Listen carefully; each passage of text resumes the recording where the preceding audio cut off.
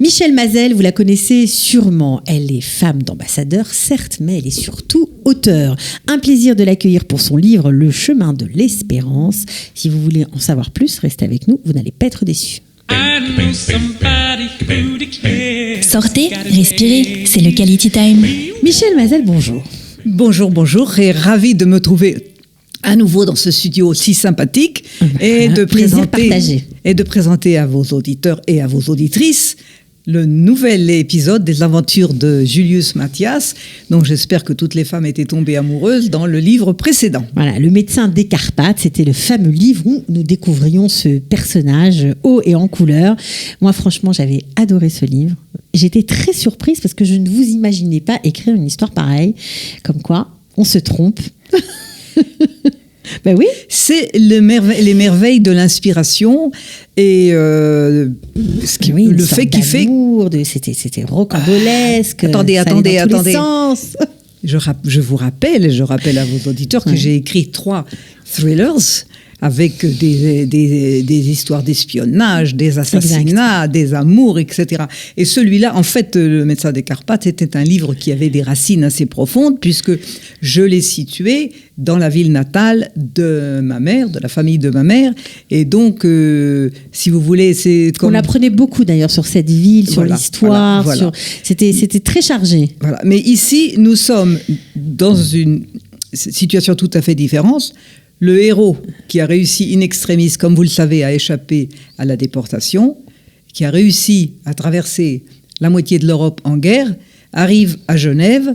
Nous sommes à l'automne 1944 et c'est une nouvelle aventure qui va commencer, une aventure qui, en fait, peut d'ailleurs être lue sans avoir lu le livre précédent. Oui, on n'est pas obligé d'avoir lu Le médecin des Carpates pour lire Les chemins de l'espérance. Absolument. Il y a, quand il le faut, de brèves références à ce qui s'est passé auparavant, mais l'histoire est tout à fait différente. Et en fait, il y a, si vous voulez, 4 grands thèmes dans ce livre. Il y a d'abord l'histoire de cet homme de 54 ans qui a vécu une période absolument abominable et qui va peut-être se dire que malgré tout, il y a encore pour lui la possibilité de trouver un nouvel amour, de commencer une nouvelle vie.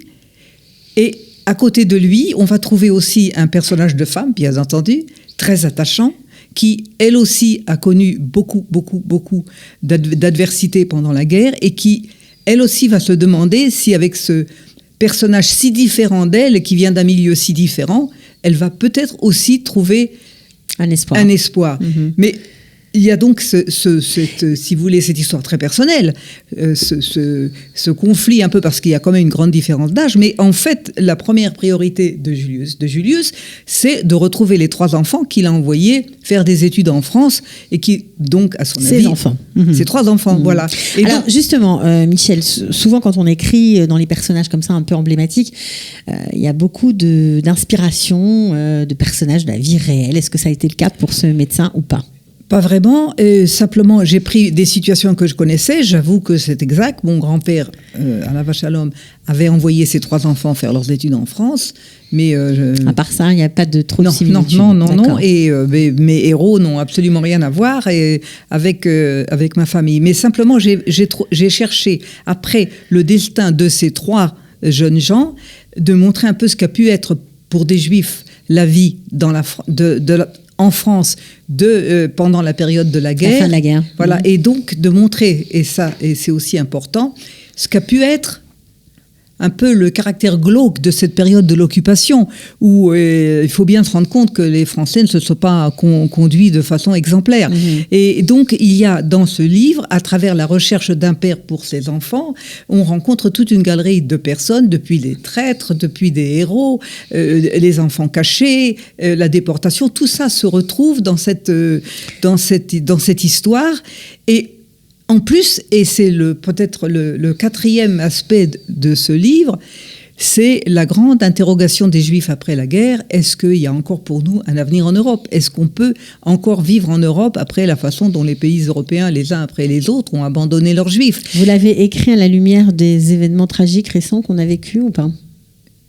je l'ai écrit à la lumière de ce qui a pu se passer pendant la guerre, et qui malheureusement, je ne me rendais pas compte à quel point ça allait devenir actuel. Encore que, on est quand même très très loin. Oui, on est loin, mais très loin. Mais si vous voulez, il y a quand même un réveil. Il y a quand même un réveil, parce que il faut pas oublier, et c'est extrêmement triste à dire, il faut quand même pas oublier que tout ce qui est arrivé pendant l'occupation aux Juifs, c'est quand même le fruit d'années, de dizaines d'années, même d'une longue tradition d'antisémitisme. Oui, exact. Il y a pas, vous savez, je me souviens en particulier, c'est de la déclaration du cardinal Saliège, pour celles qui ont un peu étudié l'histoire de l'occupation, en 1942, à la lumière de tout ce qui se passait, le cardinal en chair dit quelque chose d'extraordinaire. Les Juifs sont des hommes, les Juifs sont des femmes, tout n'est pas permis contre eux. C'est quelque chose d'épouvantable quand on y pense. D'un côté, c'est très bien qu'ils le disent, mais d'un autre côté, dans quelle réalité un homme d'église se doit de dire les Juifs, ce sont des êtres humains. Alors, donc, ceci dit, évidemment, le livre n'est pas une tragédie, et je cherche à montrer les trajectoires très différentes qu'ont connues les enfants de Julius, et comment lui ce débat dans ce Paris de la fin de 1944, du début de 1945, comment il affronte tous ces problèmes et comment il envisage son avenir à lui. Vous aviez prévu d'écrire un deuxième tome, bien que les livres se lisent tout à fait indépendamment les uns des autres. C'était déjà dans votre tête ? J'y ai pensé.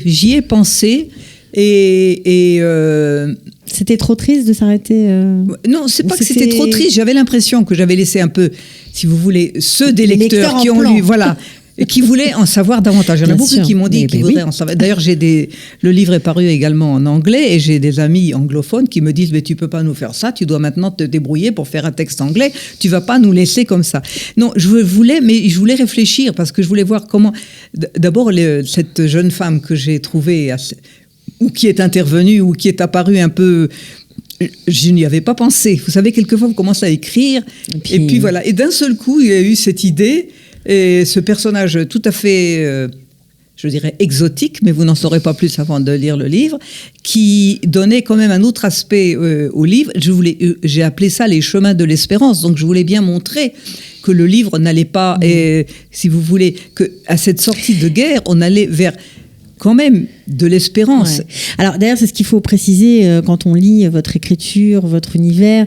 Alors c'est vrai que le médecin des Carpates était situé en pleine guerre, mais même avant, même un peu avant, mais il y a beaucoup d'espoir. C'est gai comme écriture. C'est pas quelque chose de triste, de glauque, pas du tout. Et j'imagine que forcément le deuxième tome aussi, parce que... C'est-à-dire que c'est ça. Je voulais une histoire avec des personnages attachants. Je voulais montrer ce que pouvait être la vie d'une certaine élite juive à l'époque en Transylvanie, la vie qu'ils pouvaient mener, l'importance de leur apport à la vie culturelle et artistique dans ces pays, et montrer, si vous voulez, comment tous ces gens évoluaient, mais en racontant leurs amours, leurs désappointements, leurs tragédies, et sur un fond qui était bien réel. Et quelquefois, je laissais un peu percer mon indignation, mais c'était à petite touche, si vous voulez. Et surtout, j'avais bien pris soin, dès le prologue, de montrer que le héros s'en sortait. Le héros s'en sort, c'est toute son histoire, en fait. On ne va pas tout dévoiler. Qu'est-ce qui peut donner envie aux lecteurs de lire ce livre, et où on peut le trouver ?